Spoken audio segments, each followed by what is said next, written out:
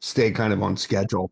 So, thank you everybody for joining us for our second Vidi talk of the fall semester. We're very pleased to have Pinar Yildirim joining us from Wharton. She's going to talk to us about artificial intelligence and team dynamics, who gets replaced and why.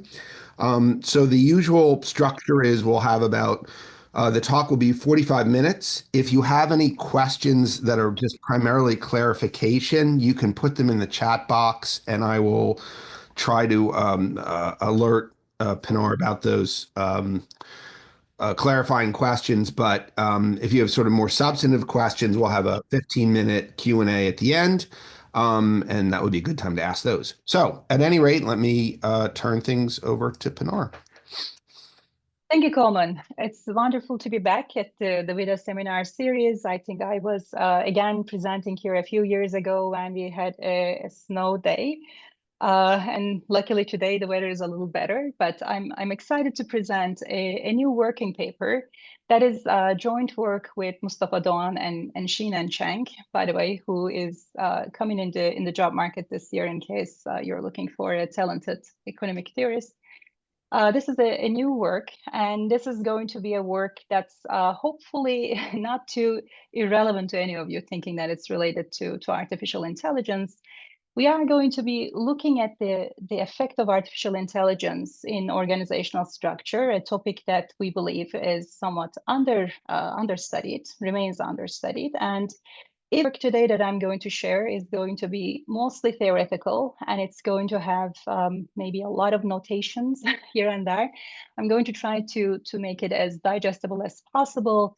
And again, I know the structure is about a 45-minute talk followed by a Q&A. I'm looking forward to those questions and comments that you will have. But if you have any clarifying questions in between, please do feel free to put that in the chat box. So without further ado, let's dive in. Of course, artificial intelligence does not need any introduction in this group. It's definitely one of the forces that seem to be shaping businesses these days. In fact, if you look at the growth of artificial intelligence adoption among organizations, we see that it has grown almost fourfold within the last 7-year period. This is showing adoption of AI in general and generative AI in particular within the last couple of years, according to a survey that was carried out by McKinsey among executives. And as we can see, almost 80%, today probably this number is higher, of the organizations are carrying out AI, integrating AI at least in one of the business functions today. And this is, of course, not just an adoption question and the effects of understanding the effects of adoption. We also see that human intelligence today is very much replicated by AI. If we look at, in fact, tests on various different dimensions, tests that look at math skills, math reading comprehension, image classification, we can see that AI is almost able to fully replicate human performance and in some cases even surpass the human performance. So we are not just at a stage of high levels of adoption, but we are also at a stage where we can see that the work that's coming out of AI is very much equivalent to the work that's coming from a human. And in many cases, there might be a difficulty in being able to observe, being able to differentiate between the work that comes from a human from a work that comes from an AI. So that creates additional challenges, right? In most cases, of course, when we are working with these tools, we're not working with them in isolation. We're working with these tools alongside other humans. And in fact, with other humans, we work in teams as well. So how should we think about integration of these tools? What will be the implications for teams? What will be the implications for organizations? That's going to be effectively at a high level what we are interested in. Now, of course, we're not the only ones to study AI. In fact, there is probably more AI studies that are coming out these days than any other area. But what we have been seeing, even though there is a very rich literature, again, on automation and AI, particularly focusing in some of the works that are coming from the last 7 years or so, many of these works have been focusing on the effects of these new technologies on an individual's productivity, or a single organization and the outcomes for that organization, abstracting away from the team dynamics, abstracting away from how should we think about the introduction of these new technologies when the current existing systems are designed around maximizing human performance or designed around humans working alongside other humans.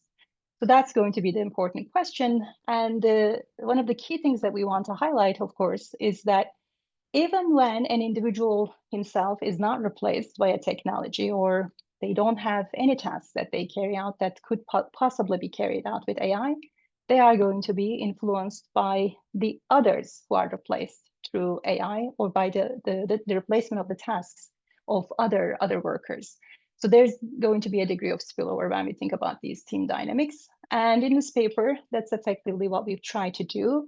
We'll try to look at how a firm should think about optimally deploying an AI technology, a resource that they have in their hand, in a team setting where the team is going to consist of an informational chain. There's going to be a degree of information that's carried out through members who are working sequentially, and there are going to be complementarities between the tasks that individuals are carrying out. We are going to try to understand how this optimal deployment looks and what the implications are going to be potentially for the wages that are paid to individuals, as well as the wage inequality that we observe within this team. Just to sort of, again, put all of this in perspective, we are looking at, in particular, 4 questions in this study. There are, of course, many other dimensions that we discuss, especially in the extensions. But the very first question is, again, considering team dynamics, how should we think about optimally deploying a limited AI capacity? This is going to be important, the idea of a limited capacity.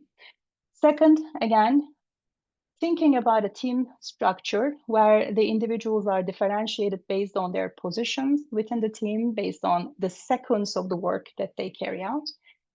Who would be more likely to be at the risk of being replaced by AI, right? If we think of these individuals carrying out unit tasks and that an AI could potentially replace any one of them, would you prefer to replace the person at the beginning of the task sequence, someone in the middle, or someone towards the end? So that's effectively the question that we are thinking. Does your position within the sequence subject you to a different level of risk? Then we are going to ask questions related to the exhaustion of AI as a potential resource. Are there any benefits to keeping some slack capacity? Is there a benefit to a strategic slack capacity that a manager can potentially use to his, actually in this case, her benefit? And that's going to be something else that we will emphasize. And of course, as I mentioned before, we are going to look at the wage effects. Who in the sequence would see potentially higher or lower wages? What happens to wages as we start to deploy AI? And more importantly, what happens to the inequality that we observe within a team setting in terms of the wages? How does the wage gap change? So these will be the questions that I'll try to answer. And just to position this paper within the literature, of course, what we are trying to do is to touch on 3 different areas. One, before the introduction of technologies, before the introduction of AI and automation, there has been a long-standing literature that tried to understand how to create mechanisms for peer monitoring, as well as creating incentives for the workers within teams so that we could optimize, we could maximize their output. So we are, in some sense, introducing the effects of technology, or thinking about redesigning these incentives from a perspective of technology. In this case, the technology that we focus on is AI. Of course, we are also thinking about and linking to the growing literature that's been focusing on the effects of AI on worker and business productivity. These studies have been, for the most part, empirical, and they do show, of course, some productivity benefits, as well as some potential negative effects. In our case, we are going to focus on the externalities of AI displacement or AI replacement of an individual on the others, which has received less attention up until now from the empirical literature. There are some new experimental works, so like Delacroix et al., but again, I think we need more work in this area. The final part that we link to, of course, there has been many studies. There has been lots of studies looking at the distributional effects of automation in particular and how they vary by skill and tasks. Even though in this case, we're not going to differentiate the workers by skill or by tasks, we are going to assume that they are homogeneous. The evidence that we have been seeing in the empirical work has been mixed. Some studies tend to show, for example, a wage increasing effect of automation. Others are showing a decline, a negative effect on wages. So it's not clear, looking at least the empirical literature, what generates the gap. There are many different explanations that one can put in. Our study is going to add one theoretical lens to why we might start to see different degrees of wage dispersion or different effects on wages, even when we look at very homogeneous workers, they who potentially do a very similar type of work. So we will try to provide yet another mechanism through which technology can affect wages, and hopefully that can be tested in the empirical literature. So this is the plan. This is the sort of setup. And if you don't have any objections so far, what I would like to do in the rest of the talk is to continue with the model setup, explain the model briefly, talk about the trade-offs that are inherent in AI adoption. What are we thinking about here? What kind of an AI are we thinking about?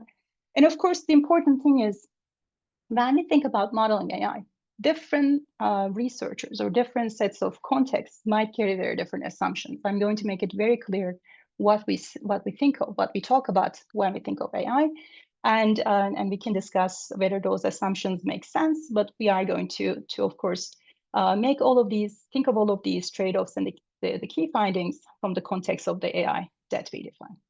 And I'm going to talk about the 4 key findings of the study, along with some findings from the extension if there's time, and then we'll wrap up and hopefully get more questions from. But let's go into the model setup. So what are we thinking here in terms of the setting of the teams and the workers? Now, the setting that we are going to rely on is actually going to come from a paper by A.L. Winter, a 2010 paper by A.L. Winter. We are going to build on his framework. And we are thinking of an organization where, again, we can generalize the number of individuals. We can think of that there are workers. For sake of clarity, I'm going to refer to the workers with a he, with the pronoun he. And then we're also going to think of a manager who is in charge of, again, setting the compensation and who's in charge of setting the AI strategy. And for, again, purposes of demonstration, purposes of clarity, I'm going to refer to as she. In this context, there's a project. The organization is undertaking a project. There are N tasks that are assigned to each worker. So effectively, in this very basic setup, we are equating replacement of a task to replacement of a worker. We have an extension where we also do partial task replacement that I hope to discuss towards the end. Each worker, again, is performing a task and makes a binary effort decision. And this effort decision is costly at a unit cost of C. What's more important, of course, here is that we are thinking of a sequential decision context, where each individual, each worker can observe his immediate predecessor's effort when making an effort decision. So this is the baseline context for human workers. And again, this is a very seminal, very sort of simple canonical setting that I think has been a setting that's used in many papers. What, of course, what the principal is going to be after is the success of this project, and the success of the project will, of course, depend on the number of workers exerting effort. What we are assuming here is that workers' efforts are complementary. It's effectively, of course, these 2 conditions imply that the higher the number of workers exerting effort, the higher is the likelihood of success, not too surprisingly. And the difference in the success probability is also increasing as we think about additional marginal members exerting effort. But the principal, again, a very typical setting, principal can observe the outcome of the project, but not the individual's effort choices. That, of course, introduces the incentives to create peer monitoring among the workers because the workers can observe their immediate predecessors. And this happens through the choice of course, the compensation scheme. Again, nothing I've mentioned so far is unique or new. These are very sort of typical settings when we think about the team environment in the context of humans. Now, what's new in our setting is, of course, we are thinking that there could be a replacement through an AI agent of the tasks. And in this case, again, just to remind, a task is equivalent to a worker. What does the AI agent do? An AI agent can carry out the task of a worker. And there are some unique characteristics of this AI agent. First, as it is also, again, mentioned and supported by a number of different papers, we are going to assume that the AI agent is less subject to moral hazard. So it actually it's less likely to shirk compared to a human. And for simplicity, we are going to take this assumption to an extreme. We are going to assume that the AI agent is always exerting effort and not shirking, right? So we can discuss this assumption later in the questions. We also have an extension where we have an agent that strategically potentially can shirk. We can come back to this, but the key assumption that we are making here is that the AI is less subject to moral hazard. Second, we are going to make the assumption that AI can carry out the tasks as effectively as a human. So we are not making any assumptions in terms of the potential capabilities of the AI. The AI is more or less similar, not any better, not any less than a human. And this is just to make sure that we don't introduce additional advantages, additional reasons for a principal to go for an AI. And then also we are going to, again, try to equate the preferences on other dimensions. So we are going to assume the cost of effort is also very similar for an AI agent to a human. Again, we are doing all of these. We are making the likelihood of the effectiveness of the task completion and the cost similar between AI agent and human agents in order to not introduce additional dimensions for preferring an AI agent. But of course, one can think of additional extensions. So what the principal is going to effectively do in this setting is to decide whether to introduce AI and where to introduce it. Because in this case, it's not just an idea of, okay, I'm deciding to introduce this agent, but we are going to assume that there's a limited capacity of this resource, and this capacity can be allocated to replace the tasks in the first position, or the task in the second position, or the task in the third position. In the sequential production, we are going to allow the principal to decide which tasks or which positions to potentially replace with AI. So this is what you're seeing effectively in that constraint, and those Xi's are a probabilistic replacement decision that the principal has to make, and the additional this additional replacement probabilities will be less than the capacity that the principal has. Now, two notes here. As you can notice, of course, we are allowing for a probabilistic replacement, and that's going to play a very important role in our study. What does a probabilistic replacement mean? Effectively, that means that in some occasions, right, if you have, for example, multiple occasions to repeat a project, in some occasions you might be utilizing AI, in other occasions you might be utilizing humans, if that's the optimal strategy, and which we'll see that it is. So it's an important component. We are allowing for this probabilistic stochastic replacement. And a second, of course, important part, we are introducing a capacity constraint, which we again relax in one of the extensions that we do. But the purpose of this capacity constraint is also to push the principal to prioritize among the agents, right, among the workers, whom to replace. If I could allocate this resource to a particular person, who would I choose to replace first? Would it be the first, the second, the third, etc.? So that's the idea behind the restriction, the constraint as well. Okay, so just to again, in a verbal way, just summarize what we are assuming here, because this is the fundamental part of the paper and it's very important. We're assuming an AI that's effectively a substitute resource to humans and can perform the human tasks equally well. We're assuming AI is less subject to moral hazard. Taking it to an extreme, we are assuming that AI is not subject to moral hazard. If the AI is given a task, it effectively does a task at all times. It does not shirk. It always exerts effort. We're again assuming that the cost of doing this work, cost of the effort is similar for AIs and humans. Of course, this is a debatable assumption, which, but for sake of not driving the results through costs, which is, I think, a sort of a cheap way of driving results, we are not going to we're going to assume that the costs are identical. And finally, and very importantly, we are going to assume that AI can pass a Turing test. What does that mean? The AI replacement is going to be covered.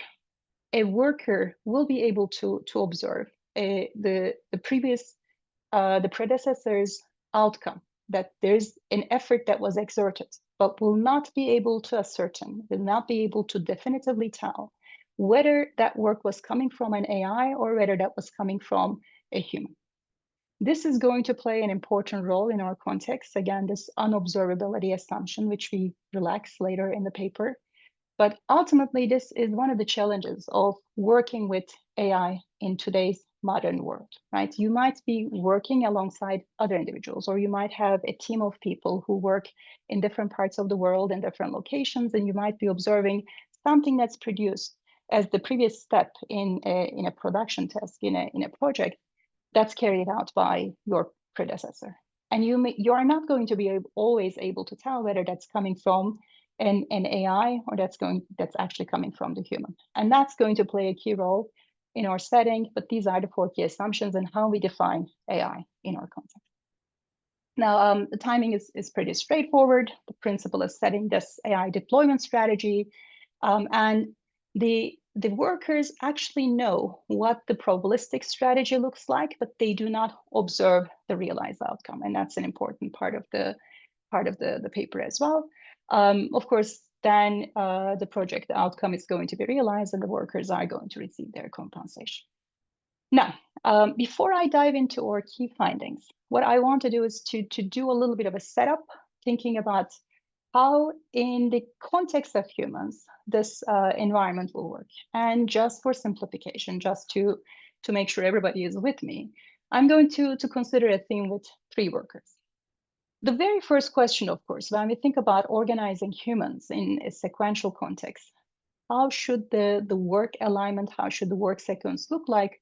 There are many different ways through which we can organize humans, right? We can think of, in this organization, this question is an informational chain question, who gets to observe whom question. We can think of an arrangement of this sort. We can think of another arrangement, but luckily for us, the optimality of the line structure is again shown in the 2010 winter paper, and we are going to start with this optimal structure. And then we are going to introduce, again, just for simplicity, let's assume we had a 3-worker setting where I'm going to differentiate the workers by position, front worker, middle worker, and end worker. The question is going to be then, do I want to replace the front, middle, or end worker, or what would be the potential risk that these individuals are going to face when it comes to AI displacement? Now, importantly, of course, even though in our setting, by design, right, we are assuming these people are homogeneous in the tasks that they do. Their contributions are equally valuable to the principle, to the project. And we are not assuming any differentiation when it comes to skills, etc. Despite this very simple setting, of course, these individuals are subject to different levels of moral hazard, and as a result, the wages that they receive are differentiated. And again, these are coming from the winter 2010 study. What effectively we are seeing in the structure is, because you can observe the previous person and make a decision accordingly to work or shirk. If the principle is investing into a compensation scheme that induces a trigger strategy. What does that strategy look like? If I see my predecessor shirk, then because of the complementarity of the tasks that we observe, the optimal behavior combined with the compensation structure that's introduced by the principle, the optimal reaction of the next worker is going to be to shirk as well. And then that's going to trigger a domino strategy where everyone else that's following in that sequence is going to shirk. This trigger strategy, this domino strategy, is what allows a principal to take advantage of the peer monitoring structure in an environment with humans. In this slide, you're seeing everything I mentioned before. But what changes with AI is a potential disruption to this domino effect, right? When we introduce an AI in this line structure, when we potentially replace an individual, and we know that that AI is less subject to moral hazard, is always exerting effort. Now we are disrupting this domino sequence. We are disrupting this shirken response and potentially increasing the moral hazard risk of the previous individuals, the predecessors, because their shirking is now less consequential in triggering the shirking of the replaced individual, right? So we are effectively creating a disruption in the system that's going to create some costs, some externalities that the principal will need to match. Despite the advantages of AI, it also creates potentially a moral hazard risk for the non-replaced humans. And as a result, there are some trade-offs. Now, just to also mention something important that I should mention here again, this compensation structure, this moral hazard structure is implying again the end worker's shirking is less consequential. There's no one else to follow him, right? So if he shirks, that's not going to create a trigger a domino sequence of shirking. As a result, he is likely to shirk, and as a result, his compensation is the highest. In fact, Winter shows again that in this context, the wages are monotonically increasing from the first person to the last person, with the last person being the most expensive. So then the key trade-offs, again, given the setup, the key trade-offs for replacing workers with AI can be summarized perhaps in 3 ways. At least that's what we attempt to do in the paper. The very first thing, right? If I'm thinking about replacing a worker with AI, probably I'm thinking about the potential savings in the compensation that I have to pay to this person. Right? When I'm replacing that person with AI, there's a savings from the wages that I'm going to have to pay. So from just this pure perspective, I would prefer to replace the end agent, the person who's at the very end of the sequence, and the person who's most likely to be subject to, of course, a moral hazard. So we can already see that this very naive, sort of short-sighted thinking could result in, again, a differentiation across the agents in terms of the likelihood of being replaced, but it would be an insufficient way to think about the potential effects because there are other effects.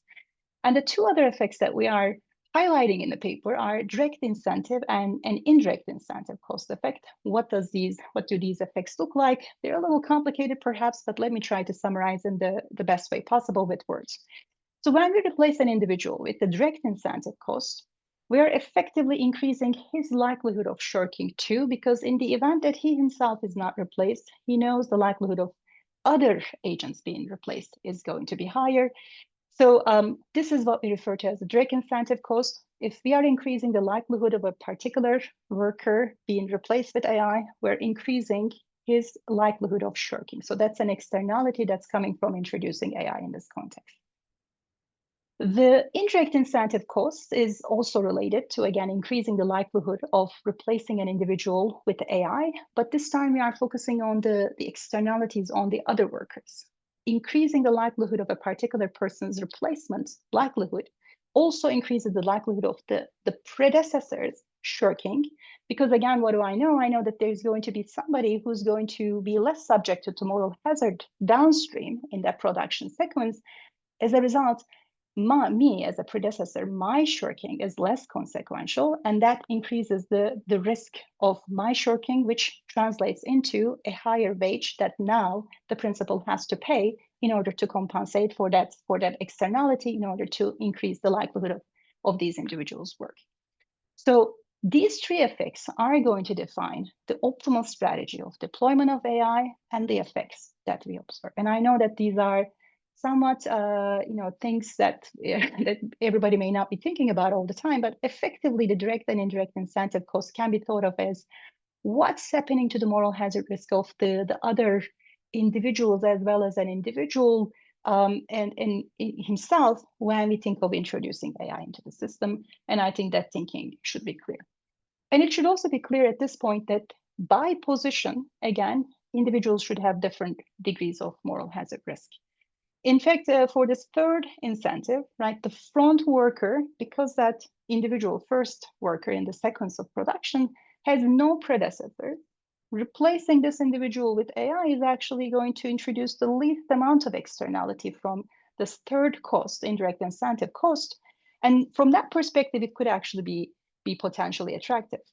Think of the opposite alternative. If I go for the third person, remember at the beginning I mentioned the direct cost savings, where I want to replace the individual with the highest compensation cost, highest wages. I actually have an incentive. I have a desire to replace a person who I have to pay a lot of wages to. That would be the last person in this context. But at the same time, if I replace him, I'm introducing now, because there are many predecessors to this person, I'm introducing a potential increase in the moral hazard risk of these other agents, where I now have to compensate them a little more. So I have to, as a principle, balance these effects in addition to the second effect. So that's what, again, we do. Let me start diving into the findings that are coming from balancing these different effects. And then after that, we can think of the potential implications and also the extension. Now, the very first thing that we are going to look at again is what's the optimal replacement strategy? Do we even want to replace individuals? Do we want to replace these individuals with in a deterministic manner, or do we want to carry it out in a stochastic manner? And the very first finding that we actually are seeing is that in an environment where we start to introduce AI into team, at least the team structures, a degree of strategic uncertainty is a useful thing. And in our context, this strategic uncertainty is going to manifest itself in two different ways. First, we are going to see that the principal will prefer a stochastic replacement over a deterministic replacement. A stochastic replacement meaning, again, and each of these individuals will have a probability of being replaced with AI. That's going to introduce a degree of strategic uncertainty, and I'll tell you why that's a useful thing. And then we are also going to see later on, we look at finding 3, that there's going to be a secondary component of the strategic uncertainty where the principal will actually choose not to exhaust the given AI resources under some settings, again, in order to keep the workers guessing in some way and to make them less likely to take full advantage of the AI capacity, or take in order for them to not increase their risk of moral hazard when an AI is introduced into an environment. But in words, what we are effectively finding is that when at least we look at, we are looking at an n-person strategy, but let me describe at least from a 3-person case, the principal is going to prefer at least replacing one of the individuals, one of the 3 individuals with AI. And it's going to prefer to do that in a stochastic manner, in a randomized manner, meaning none of these individuals, none of the 3 individuals that we have will be replaced with certainty at all times. We are going to see in particular that actually the replacement probability of the end worker is going to be higher than the replacement probability of the first worker. Now, again, what is the potential strategy behind all of this? It's to introduce a degree of uncertainty that prevents the workers from being able to guess if there's an AI in the system at all, right? And if there's an AI in the system, where exactly this AI is potentially positioned. If I know where the AI is positioned, it's going to, of course, potentially introduce a degree of moral hazard risk. And with a stochastic strategy, combined with the underutilization of the AI capacity, we are able to keep the workers guessing and reduce their moral hazard risk. That's the sort of quick takeaway. And here, of course, there might be additional questions that we have to answer. So one idea is when we think about or talk about this idea of replacement, in a randomized way or randomized AI strategy, what does that really imply in real life? How does that potential look like? We're not the first to talk about randomized strategies being optimal. There are many applications of this in audit systems, in taxation, and so on. But in our context, an implementation of a randomized AI replacement strategy might look like, for instance, replacing individuals or tasks with AI across different projects, maybe across different work shifts, maybe across different divisions, in order to, again, generate a degree of uncertainty on the individuals who are left and not replaced. So that's the idea. This is something that can be done. And in fact, we are seeing some shift replacement strategies that are coming from various firms that are integrating AI into their environments. For instance, there are in-store retail surveillance systems where either a human does it or an AI does it. And in some cases, we see the shifts are replaced between the AI and the human. So there are similar empirical examples of this randomized strategy that seems to also go in effect in real world.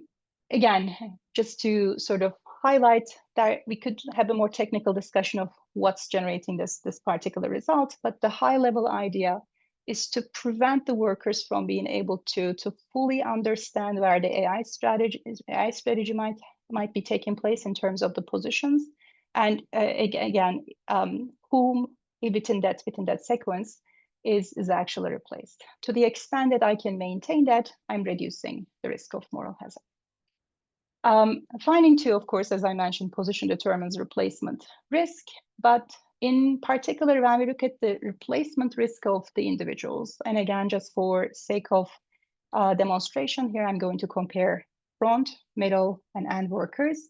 We see that the middle workers have the lowest risk of replacement. This is the sort of the mathematical result, but let me put that in words. Again, if you look at the three different positions, starting from the middle, right? Let me start with the lowest risk.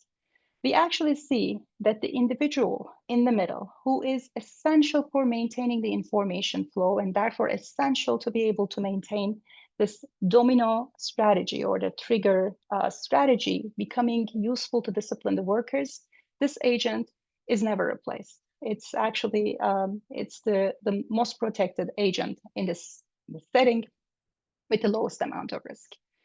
When we look at the two other people, right, there, as I mentioned, there are different reasons why you may want to replace the first agent and the last agent. The last agent provides the highest amount of cost savings. This is the agent who is most subject to a shirking risk because his shirking is less consequential, therefore has the highest compensation before introduction of AI, and AI can help to save on some of those wages. At the same time, because again, as I mentioned, this individual has a lot of predecessors, his replacement with AI potentially produces a moral hazard risk on the other individuals because, again, their shirking is going to be less consequential with the replacement with AI, who is less subject to moral hazard. So in balancing these two effects, right, from that perspective, I wouldn't want to replace. In balancing these two effects, it actually turns out that trying to save on the direct costs seem to be a little heavier. And as a result, the end worker's likelihood of replacement is a little higher. The first worker also has a positive probability of replacement, but that is lower than the end worker. And again, here, the main trade-offs are the two things. Even though I'm not really saving much because the compensation of this worker was already lower, right? He's the lowest among all three. At the same time, because this person doesn't have any predecessors, replacing him doesn't introduce any moral hazard risk from the indirect incentive cost perspective. So therefore, replacing him is still attractive, but less attractive compared to the last person. At least this is how the sort of stochastic replacement strategy fares out. Now, we can, of course, use this strategy. We'll use this strategy in a little bit to think about the payoffs. But let's move into the third finding, and that's something that I mentioned earlier. Now, a question is, if you have a capacity, right, if you have resources, even though those resources are limited, do you always find it useful as a principle to exhaust them? Do you always use them at capacity? And a surprising, perhaps, result that we find here is even when your resources are limited, you may not always find it useful, or you may not always choose to exhaust that entire capacity. And this happens again for a strategic reason, similar to the one that I mentioned earlier. The existence of this result comes from the fact that, again, with a full capacity utilization, it's much easier for the remaining agents, the ones who are not replaced, to figure out where a replacement might have happened, the position of the AI, and potentially the likelihood of their replacement, right? Because the full probabilities will sum up to the capacity. With a strategic utilization, we are reducing that likelihood, therefore increasing the principal's ability to take advantage of peer monitoring at a greater level among the remaining agents.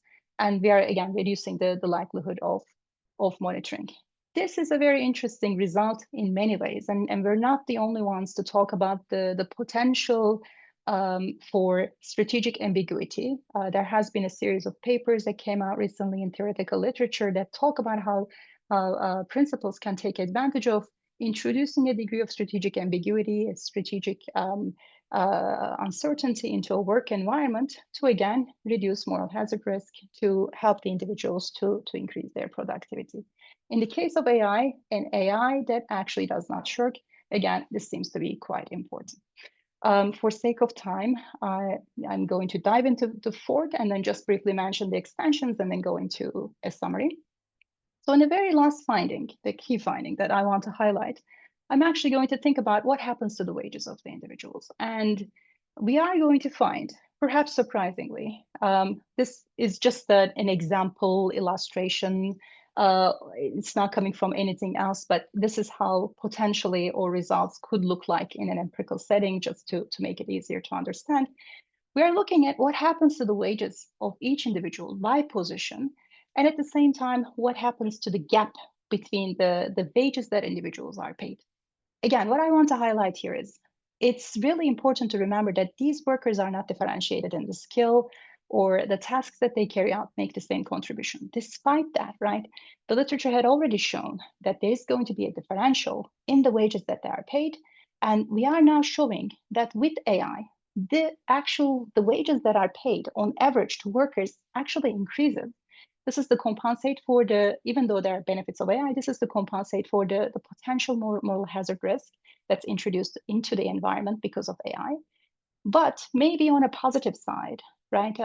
Thinking about the increased wages, we can talk about it as a positive from the perspective of course, the workers, maybe from the principal's perspective, less so.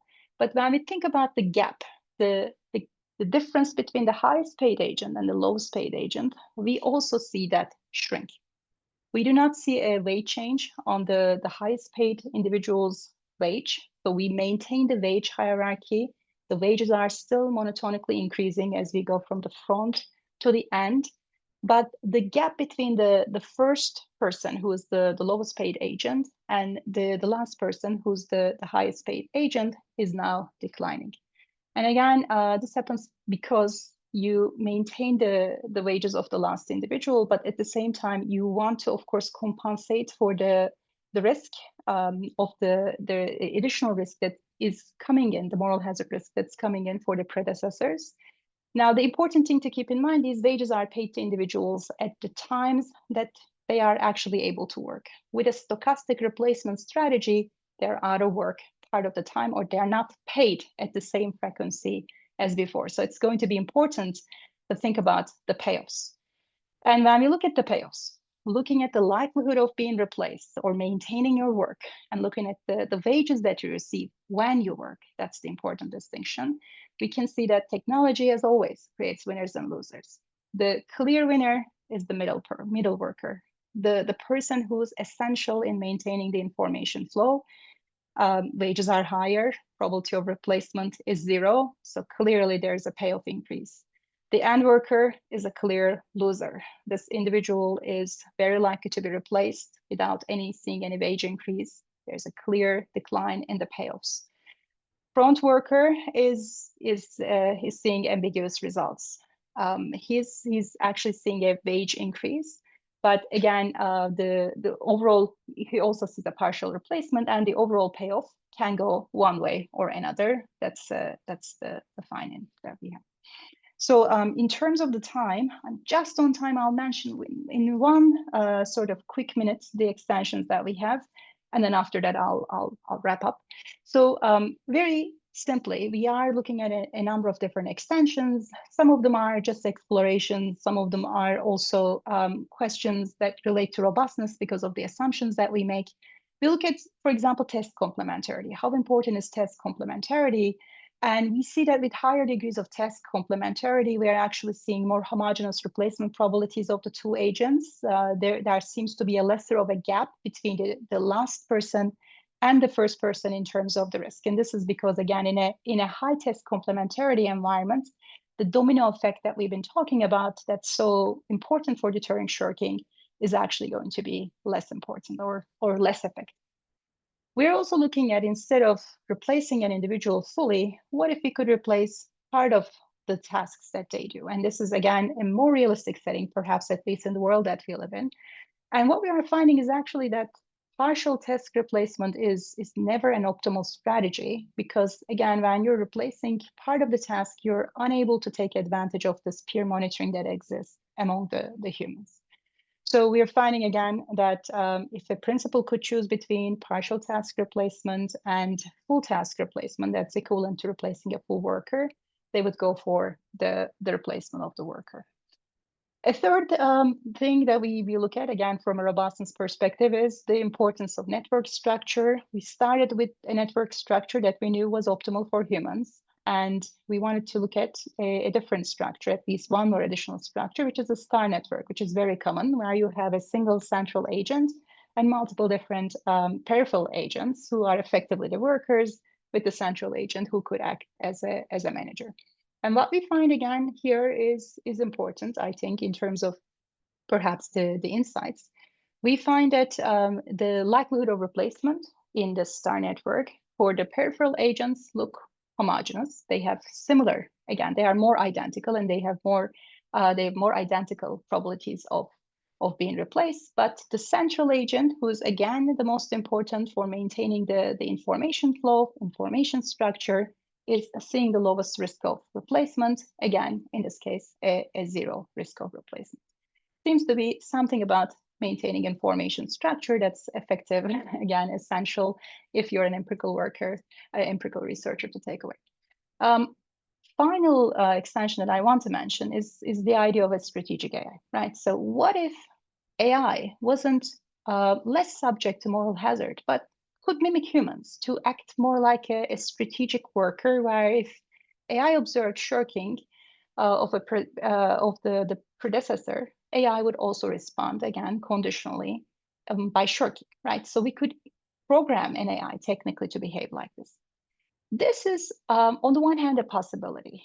On the other hand, it introduces potentially a degree of new costs where an AI is no longer, let's say, about maybe carrying out work or summarizing documents, but the AI now has a capacity to monitor somebody else's work, which could be on another dimension, and has a programmatic ability to respond in certain ways. And somebody has to monitor this whole behavior to ensure that it's actually behaving in the way that it should. So while it's a theoretical possibility to program AIs, it's not currently the case that the AIs that we use for, I don't know, document processing, summarization, etc., have this monitoring capability. And they, of course, can, but we are creating a very different machine than, I think, what the task is related to.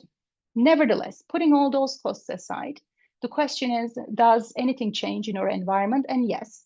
If we introduce a strategic AI, of course, now the incentives to carry out this uncertainty, to maintain the uncertainty in the environment is going away. And there is a deterministic replacement. The principal is going to replace the endmost worker with certainty and not replace any of the other agents. So it creates a change in our environment while also creating a purpose-defeating maybe future into AI, where the AI is now less efficient in some ways because the AI is actually, again, shirking part of the time. And in fact, if we were to look at the choice of the principal, whether they would choose to have a strategic AI that shirks half of the time, or an AI that's less subject to moral hazard, an unconditional AI, as one might call it, we actually see that they would prefer an unconditional AI over a strategic AI. So that's the important part. And I'm going to summarize. We are 10 minutes, we have 10 more minutes for questions. So in summary, what we wanted to understand here is, first, if we are thinking about introducing AI in a team setting where individuals are differentiated by position, but nothing else, very intentionally, very by design, we'll still see that a strategic, smart, non-naive AI replacement will look different. It's going to start treating these agents differently, and it's going to introduce an AI replacement that follows a very strategic structure, where the individual at the end of that sequence is seeing the highest risk of replacement, and the individual in the middle is seeing the lowest risk of replacement. At the same time, I think our work is highlighting that introducing AI, despite all the benefits, is also introducing some externalities in terms of moral hazard risk of the remaining humans. And now we have to think about the compensation structure for those remaining individuals, or the times when the individuals are not replaced with AI. And that implies, again, that there might be additional wages and compensations that are paid to these individuals. In our case, the individuals that are before the predecessors to the last agent, which increases their wages and at the same time reduces the inequality in the wages that are paid to all agents. That's all I wanted to say today. I know this was a lot of content summarized in 45 minutes. If you have questions and comments, here's my email. But now opening the floor very happily to all the questions for clarification, as well as comments and feedback. Thank you. Great. All right. Well, thank you so much, Pinar. That was super interesting. If people have questions, you can like either, I'm guessing, kind of like raise your hand or kind of jump in. It's always hard to do this on Zoom. If nobody wants to start, I'm always glad to ask a question. So let me start with one. So I think I know the answer to this, but maybe I'm missing something. Another dimension that I think might be interesting, I thought might be interesting to explore, but maybe not, would be having the um, identity of a person in the process. Allow a strategic choice to reveal that one of the agents is actually AI. Like, would that make any sense to have like a stochastic revelation that not just, where do you put the AIs, but to reveal it in the sequence? I mean, it seems to me that you would not want to ever do that, but I might be missing something. So I don't know if that's something you've looked at. So I think the question is effectively like, who do you reveal? Do you reveal that to the people after you, or do you reveal it to people before you? If you're revealing it to the people after you, that's not making a difference in the decision sequence of those people. But if somehow it's revealed to you that there's going to be an AI coming up in the sequence, that's going to increase the shirking of the predecessors, because their shrinking choices, their effort choices are less consequential in that case.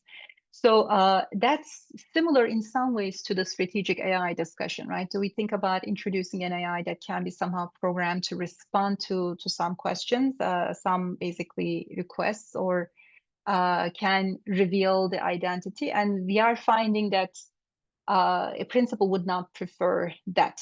And this is, again, based on the assumption that an AI is less subject to moral hazard compared to a human.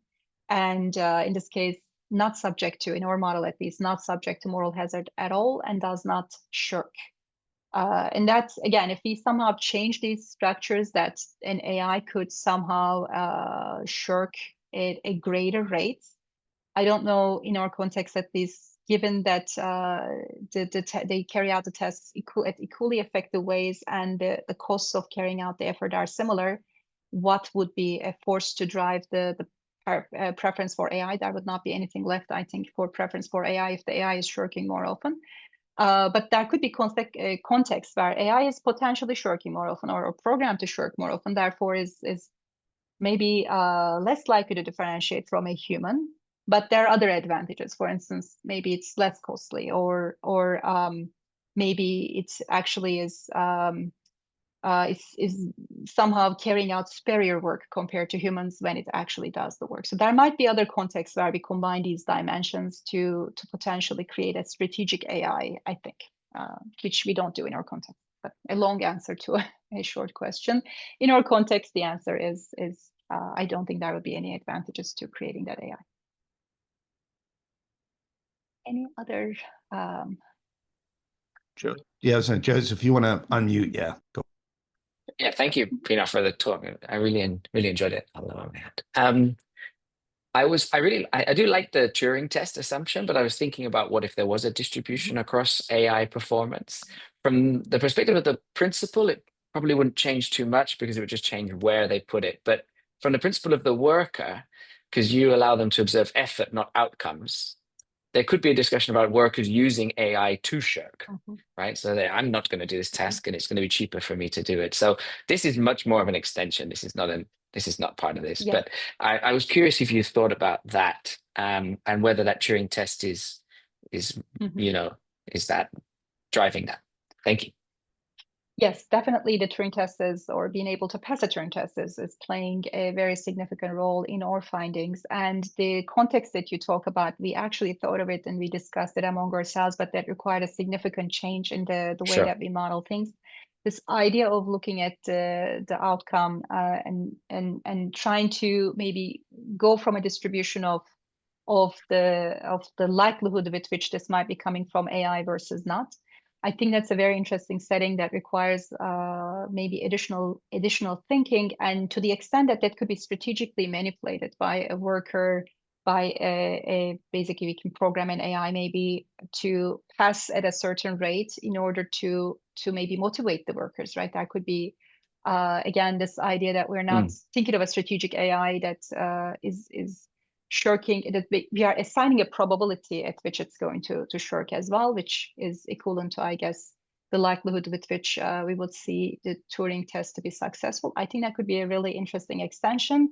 The outcome, looking at basically the work outcome and making an inference based on the Turing test would require a more extensive maybe model building exercise, but definitely is something that's a lot better in capturing, I think, what we are seeing in the work environment. So I fully agree with you, and I think you got the gist of it, and I would love to continue the discussion. Thank you. Okay. Christina. Hi, Christina. Hi, wonderful. Good to see. So just so much to think about. My head is spinning a bit, but something that's stood out for me and would love a little bit more on, or maybe you had some examples in mind that you could share. I'm thinking back to my days in Silicon Valley, where if I went to try to sell a tool to a customer and said, okay, here's this tool, and you want it to be not very good, or you want it to randomly cut out, they would look at me like I was insane. And so I'd love to understand, like, how do we close the gap between randomized strategies, so to speak, in the language of this paper, and what this would look like in practice? Because for me, that's a very big gap to close. Absolutely. So this is also a very big gap to close, I think, for many other people, because we don't see, even if it might be optimal, we don't see randomized strategies always put in place. What could that randomization look like? Maybe from the perspective of the manager, there's a sort of a device of randomization. It could be, again, just pulling out of an urn to anything else that's a little more sophisticated, but they can just try to allocate without, of course, making this clear to the worker when an AI is going to be introduced. So it might be that maybe I am working on different projects, and then the principal just before the beginning of the project is telling me about whether I'm allowed to use a particular tool or not, or whether the work is fully expected from me, so that I know that I am expected to carry out this task. So it could be rotated across different projects, or it could be rotated across different shifts, but ultimately there's going to be a mechanism that necessitates this replacement strategy. So again, we think of scheduling, we think of just allocation of workers maybe across different projects in some kind of random way, where when they are not allocated, it's by default carried out by AI, or some degree to which the assignment is going to be revealed to them just before the beginning of the project. That could be imitating in the long term some degree of randomization. But you're absolutely right that this is going to be the hardest thing to achieve, and that's something that we'll need to scratch our heads a little more in terms of how to manifest a version that's close to the reality, if indeed the moral hazard risk is out there. And I think there are some empirical studies that are coming out right now that indicate the moral hazard risk is out there for the workers. Another long answer for the short question. Thank you. Great. Okay, well, we are actually at time. So thank you again, Pinar. That was awesome. Really appreciate that. And hopefully the questions were of a little bit of help. Those of you who are, VIDI attendees, our next talk, which will be in about a month, will be Julie Mortimer. So hopefully I will see all or most of you then. And I'll follow up, Pinar. I'll send you an email just to check up on recording and stuff. But thank you again. That was great. Thank you so much to everyone who joined, and thanks, Coleman, for organizing this. Thank you. Okay, thanks. Bye-bye, everybody.